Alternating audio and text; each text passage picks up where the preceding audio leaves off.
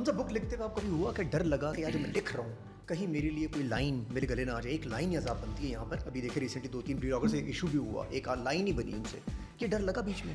دیکھیں ہمارا بڑی تھن لائن ہے.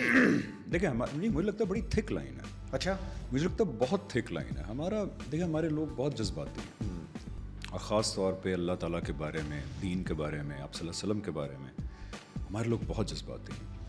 اور میرا ایکسپیرینس ابھی تک یہ رہا ہے کہ اگر آپ بات کانفرنٹیشنل ہو کے نہ کریں, تھوڑا سا کیئرفل رہ کے کریں, تو ہمارے لوگ بڑے فرگیونگ بھی ہیں. ہمارا جو مذہبی طبقہ ہے, ہمارے جو علماء ہیں, وہ یہ کہتے ہیں کہ یار تھوڑا سا لحاظ کر کے بات کرو, بات جو بھی کرنی ہے کرو, سوال بھی کرنا ہے کرو, بس تھوڑا سا لحاظ کر لو. اب ظاہری بات ہے مسکرینٹس ہر طبقے کے اندر ہوتے ہیں, لیکن جو زیادہ تر ہمارے علماء ہیں, اسکالرز ہیں پاکستان میں, وہ بہت میلو ڈاؤن ہوئے ہیں. یہ میں نے پچھلے 15 سال کے اندر بیہیویئر میں چینج دیکھا ہے. اور اس لیے میری کوشش یہ ہوتی ہے کہ میں جو بھی بات کہوں وہ بہت زیادہ تہذیب کے دائرے میں رہ کے کہوں, اور کوئی ایسا لفظ نہ استعمال کروں کہ جو کسی کے لیے دل آزاری کا باعث بن سکتا ہو. ایکسیلنٹ. بس اس بارے میں تھوڑا سا وہ رکھا آپ نے بک میں, وہ کیئرفل ہونا چاہیے. کیونکہ دیکھیں کرسچینٹی کے ساتھ جو مغرب کے اندر ہوا کہ آج وہاں پہ بڑا فریلی حضرت عیسیٰ کا مذاق اڑایا جاتا ہے, حضرت عیسیٰ علیہ السلام کا. کرسچینٹی کو بہت بے دردی سے اس کا مذاق اڑایا جاتا ہے, ان کی کامیڈی شوز کے اندر, ان کی فلموں کے اندر, اور وہاں کوئی کچھ نہیں کہتا. اور بہت زیادہ وہاں پہ ایک کیفیت ہے کہ مذہب ایک مذاق بن چکا ہے وہاں پہ. اور وہ ہوا اس لیے بیکاز لوگوں کی وہ جو ایک ایموشنل افیلیشن تھی وہ آہستہ آہستہ ختم ہوتی گئی. یہاں پہ ایسا نہیں ہے. اسلام کے ساتھ, آپ صلی اللہ علیہ وسلم کے ساتھ بہت زیادہ شدت سے ایموشنز اٹیچڈ ہیں.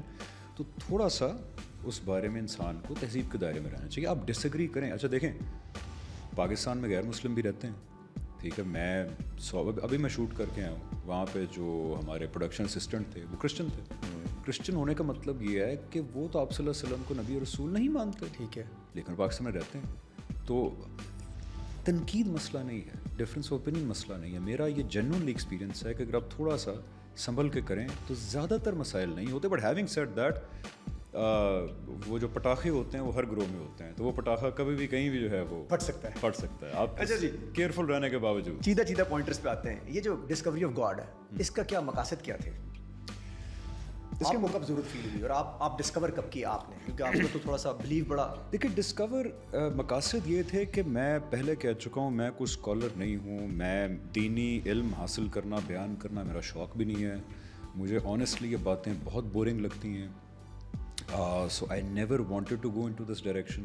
میرے لیے اس سوال کا جواب حاصل کرنا کہ کیا خدا ہے یا نہیں, لیکن مور امپورٹنٹلی کہ کیا قیامت ہے یا نہیں, جنت دوزخ ہے یا نہیں, اس سوال کا جواب جاننا اس لیے بہت ضروری تھا کیونکہ موت آنی ہے مجھے.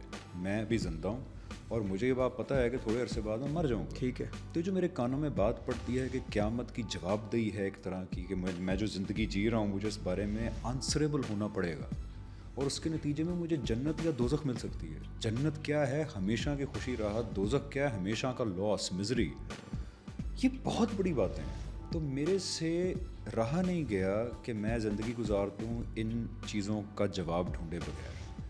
مجھے پتہ ہے کہ ان میں کوئی حتمی جواب نہیں ملے گا. یہ نہیں کہ 100% آپ کہیں کہ کوئی بات ٹھیک ہے, لیکن کم از کم کوئی ریزنیبل حد تک مجھے جواب چاہیے تھا تاکہ میں اپنی زندگی اس حساب سے جی سکوں. تو میرے لیے یہ کوئی مذہبی پرابلم نہیں ہے, میرے لیے ایک پریکٹیکل پرابلم ہے.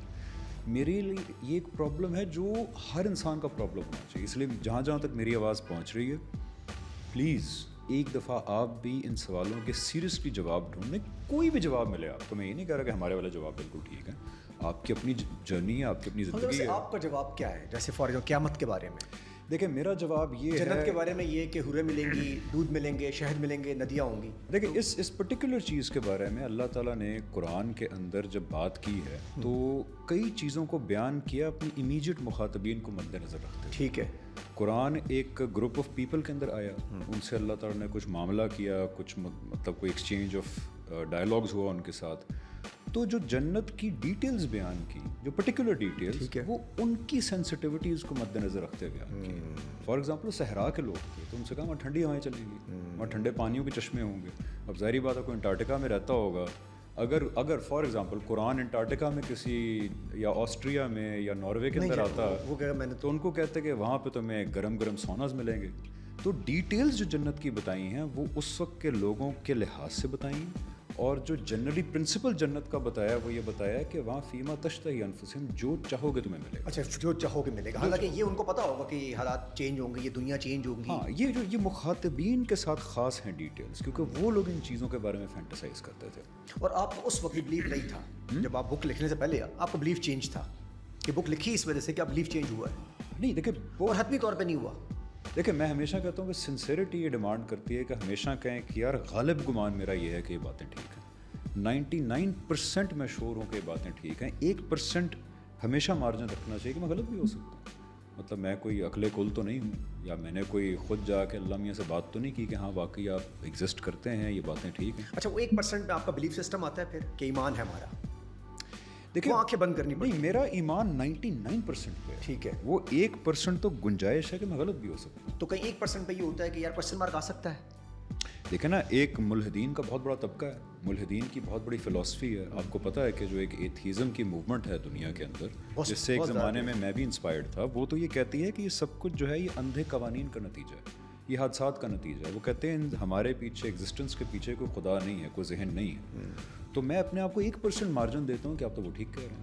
اس سے یہ ہوتا ہے کہ آپ کی سوچ کا اخلاص برقرار رہتا ہے, سنسیریٹی برقرار رہتی ہے. اگر آپ یہ کہیں کہ جی میں جو مانتا ہوں میں پوری قوت سے مانتا ہوں, لیکن میں غلط بھی ہو سکتا ہوں. اچھا, مطلب اس میں یہ نہیں ہو سکتا کہ فار ایگزامپل میرا 5% معاملات خراب ہو, 95% میرا ایمان, تو اس میں یہ نہیں ہوگا کہ اور بڑھ سکتا ہے, کہیں کانفلکٹ ذہن میں رہے گا میرے, اور میں اور اس طرف جاؤں گا. میں جب ان لوگوں کو سنوں گا, ہمارے آس پاس وہ بہت سارے نظر آتے ہیں ویسے ہیں مسلمان وہ, لیکن کہیں نہ کہیں وہ ہم سے بات کر رہے ہوتے ہیں, تو کہیں نہ کہیں ہمارا ایمان نہیں ڈگمگا سکتا ہے سچویشن میں. کہ اگر آپ سوال پوچھیں گے, سوال نہیں, اگر وہ 1% 2% بنتا ہے 3% بنتا ہے.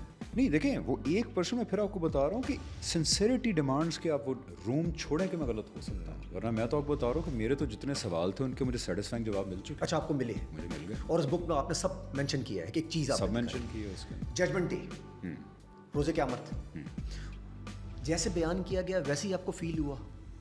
ہاں جی. دیکھیں یہ بہت بہت کرٹیکل ایشو ہے, میں نہیں ایمفسائز کر سکتا جتنا ایمفسائز کرنے کا اس بات کا حق ہے. میں the reason why I am going on podcast, اور میں بک لکھی ہے میں نے, یا میں اپنی جان کھپا رہا ہوں لوگوں تک یہ بات پہنچانے میں, کیونکہ یہ باتیں وہ ہیں جو ہم سنتے رہتے ہیں مذہبی طبقے سے, لیکن ہمیشہ یہ وہ باتیں ہوتی ہیں جو ڈبے میں رہتی کہ اچھا یار دنیا کے معاملات ہیں اور مذہبی طبقہ بھی ہے, ایک مذہبی چیز بھی ہے. قیامت یہ مذہبی چیز نہیں ہے, یہ واقعی ایک امر واقع کا بیان ہے جو ہونے والا ہے. تو جو لوگ بلیو کرتے ہیں قیامت پہ, جو ایٹ لیسٹ زبان سے کہتے ہیں بلیو کرتے ہیں, اور اگر وہ اس آئیڈیا سے اوبسیسڈ نہیں ہیں دن رات, تو پھر پرابلم ہے, کیونکہ یہ بہت بڑا واقعہ ہے. قیامت کیا ہے؟ قیامت بیسکلی یہ ہے, قرآن کا پیغام یہ ہے کہ انسانیت کو بنانے والی ایک شخصیت ہے. اس شخصیت نے پوری کائنات بنائی اور یہ فیصلہ کیا کہ اس کو ہمیشہ رہنے والی ایک مخلوق سے آباد کرے گا. وہ مخلوق کون ہوگی؟ وہ مخلوق وہ ہوگی, یہ خدا کا فیصلہ, کہ جو سب سے اعلیٰ کردار کے لوگ ہوں گے. اب وہ اعلیٰ کردار کے لوگ کیسے سلیکٹ ہوں گے؟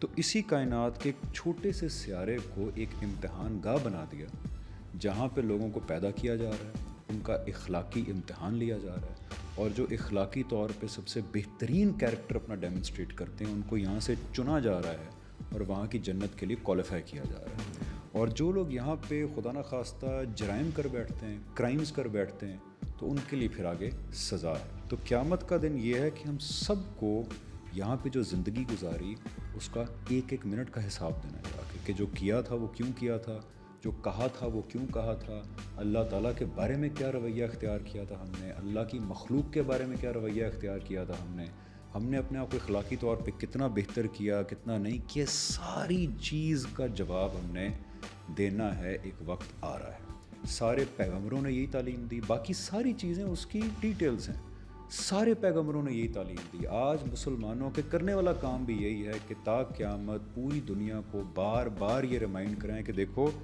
یہ زندگی کا امتحان ہے, موت اینڈ نہیں ہے, موت کے بعد تم نے اٹھنا ہے, اپنے پروردگار کے سامنے جواب دہ ہونا ہے. پلیز اس بات کو سیریسلی لے لیں. آج وقت ہے, کل وقت نہیں رہے گا.